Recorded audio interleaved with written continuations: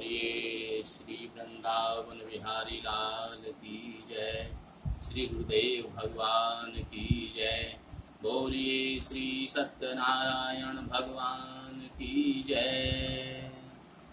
एक समय नैमिषारण्य तीर्थ उत्तर प्रदेश में सीतापुर जिले में है। सबसे प्राचीन पुण्य क्षेत्र है। सतयुग के समय में नैमिषारण्य, त्रेता युग में पुष्कर जी, द्वापर में कुरुक्षेत्र और इस कली काल में श्री गंगा जी प्रधान तीर्थ माने गए हैं। सतयुग के समय में संपूर्ण पृथ्वी पर एक ही तीर्थ था और वो था नैमिषारण्य। मथुरा, वृंदावन, हरिद्वार, द्वारकापुरी आदि कोई तीर्थ उस समय पृथ्वी पर नहीं था। सभी भक्त जन तीर्थ यात्रा करने के लिए जाते थे। वो कहाँ? नैमिषारण्य में। अकेला तीर्थ होने के कारण यहाँ पर बड़े बड़े यज्ञों का आयोजन होता था। एक यज्ञ 1000 वर्ष तक चलता था। तो इस नैमिषारण्य तीर्थ में 1000 वर्ष तक चलने वाले यज्ञ का प्रारंभ हुआ और यज्ञ चलते चलते जब 1000 वर्ष पूर्ण हुए तो अंत में पूर्णाहुति हुई, भंडारा हुआ। दूर दूर से बड़े बड़े संत महात्माओं को आमंत्रित किया गया। 88,000 ऋषि इस यज्ञ में आमंत्रित हुए। भोजन प्रसाद लेने के बाद संत समागम हुआ। सभी संत आपस में मिले तो चर्चा हुई। कैसी चर्चा हुई? बोले जैसी संगति के लोग होंगे वैसी चर्चा करेंगे। संत किस लिए होते हैं? बोले परमार्थ के कारण साधु धरा शरीर, सबका कल्याण करने के लिए संत होते हैं। इसलिए 88,000 संतों के बीच में सबके कल्याण की चर्चा चली और सवाल रखा गया। बोले इस पृथ्वी पर जितने भी प्राणी हैं, 1, 2, 4, 10, 20 की बात संत नहीं करते। बोले इस पृथ्वी पर जितने भी प्राणी हैं, सभी के सभी प्राणी अपने पूर्व जनित पापों के कारण बड़े भारी दुखी हैं। तो कोई ऐसा उपाय ढूंढो जिस उपाय के करने से प्राणियों के पूर्व जनित पाप नष्ट हो जाएं और वो सुखी हो जाएं। इस प्रश्न पर विचार विमर्श चलता रहा, लेकिन कोई उत्तर नहीं मिला। उत्तर जब नहीं मिला तो 88,000 संतों के बीच में नारद जी भी विराजमान थे। उनको बड़ी पीड़ा हुई, एकदम खड़े हो गए और बोले हम सभी संतों को धिक्कार है। यहाँ 88,000 संतों के बीच में खड़े होकर के नारद जी ने संकल्प किया कि जब तक इस बात का उत्तर मुझे नहीं मिलेगा। कौन सी बात का? संसार के लोग सुखी कैसे हों। बोले इस बात का उत्तर मुझे जब तक नहीं मिलेगा तब तक मैं आपको मुख नहीं दिखाऊंगा। और नारद जी जो संकल्प करते हैं उसको पूरा अवश्य करते हैं। इसलिए नाम पड़ा है नारद। जिनका वाक्य कभी रद्द ना हो उन्हें कहते हैं नारद। ये नारायण के परम भक्त हैं। एकांत में जाकर के जैसे ही नारायण का स्मरण किया तो शंख चक्र गदा पद्म धारण करने वाले नारायण प्रकट हो गए। कैसा स्वरूप नारायण का है? बोले इनके 4 भुजाएं हैं। 4 भुजाओं में शंख चक्र गदा और पद्म धारण किए हुए हैं। गले में वैजंती माला है, सिर पर मुकुट है और मुख पर मंद मंद मुस्कान है। ऐसे नारायण नारद जी के सामने प्रकट हो गए।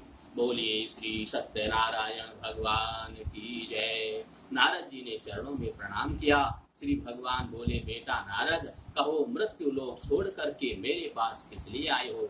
नारद जी बोले प्रभु मैं आपके पास क्यों आया हूँ ये तो आपको भली भांति पता है। आपसे कौन सी बात छिपी है?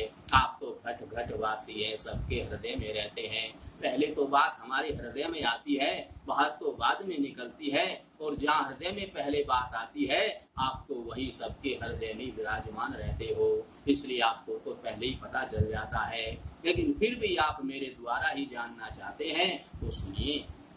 श्री नारद जी बोले प्रभु इस पृथ्वी पर जितने भी प्राणी हैं, 1, 2, 4, 10, 20 के लिए मैं नहीं आया हूँ। इस पृथ्वी पर जितने भी प्राणी हैं सभी के सभी प्राणी अपने पूर्व जनित पापों के कारण बड़े भारी दुखी हैं। भगवान बोले वो अपने पाप के कारण दुखी हैं, तुम्हें क्या परेशानी है? नारद जी बोले प्रभु मेरी परेशानी ये है कि मैं संत हूँ। संतों का हृदय कैसा होता है? बोले संत हृदय नवनीत समाना। संतों का हृदय मक्खन के समान कोमल होता है।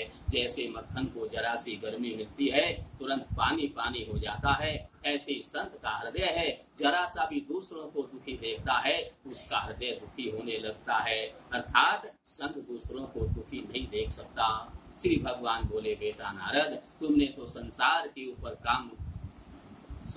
ऊपर कृपा करने के लिए सबसे उत्तम बात पूछी है, और जिस उपाय के करने से प्राणियों का दुख दूर होगा वो तुम्हें मैं अवश्य बताऊंगा, लेकिन और भी ध्यान मग्न होकर के सुनना। श्री भगवान बोले, बेटा नारद, श्लोक और परलोक में भी परम दुर्लभ श्री सत्यनारायण भगवान का व्रत है, और उस व्रत को भली भांति विधि पूर्वक करने से प्राणी शीघ्र ही सुख को भोगता और परलोक में भी मोक्ष को प्राप्त होता है। नारद जी बोले, प्रभु, ऐसे व्रत को कौन से दिन करना चाहिए, इसमें क्या क्या सामग्री लगती है, इसका विधि विधान क्या है, सब कुछ विस्तार से समझाइए। श्री भगवान बोले, बेटा नारद, जिस किसी भी दिन मनुष्य भक्ति श्रद्धा से युक्त हो उसी दिन सत्यनारायण भगवान का व्रत कर लेना चाहिए। इसके लिए ऐसा कोई नियम नहीं है, पूर्णमासी को करेंगे जी, अमावस्या को करेंगे जी, संक्रांति में करेंगे जी, एकादशी में करेंगे जी। बोले ऐसा कोई नियम नहीं है। नियम क्या है? बोले श्रद्धा भक्ति जिस दिन भी आपके हृदय में उत्पन्न हो जाए उसी दिन सत्यनारायण भगवान का व्रत कर लेना चाहिए। अगर श्रद्धा भक्ति नहीं है तो चाहे दीपावली की रात्रि में ही क्यों न करें, कोई फल मिलने वाला नहीं है। तो सबसे जरूरी है श्रद्धा भक्ति जिस दिन भी आपके अंदर हो जाए उसी दिन सत्यनारायण भगवान का व्रत कर लेना चाहिए। इसमें पक्के केले की फली, शक्कर, घी, दूध, गेहूं का चूर्ण, आटा, दाल, चावल सब कुछ इकट्ठा और सवा ले लेना चाहिए, और अपने बंधु बांधवों को बुला करके विधि पूर्वक सत्यनारायण भगवान सहित सभी देवताओं का पूजन करना चाहिए। इस प्रकार भली भांति विधि पूर्वक करने से और पूजन करने के बाद बंधु बांधवों सहित कथा श्रवण करने चाहिए। उसके बाद बंधु बांधवों सहित ब्राह्मणों को भोजन कराना चाहिए। उसके बाद ब्राह्मणों को दक्षिणा देनी चाहिए, और उसके बाद पूरे रात भर जागरण करना चाहिए, पूरी रात हरि कीर्तन करना चाहिए। इस प्रकार नियम से करने पर निश्चय ही मनुष्यों की इच्छाएं पूर्ण होती हैं, और विशेष करके इस कलिकाल में यही सबसे सरल उपाय है। बोलिए श्री सत्यनारायण भगवान की जय।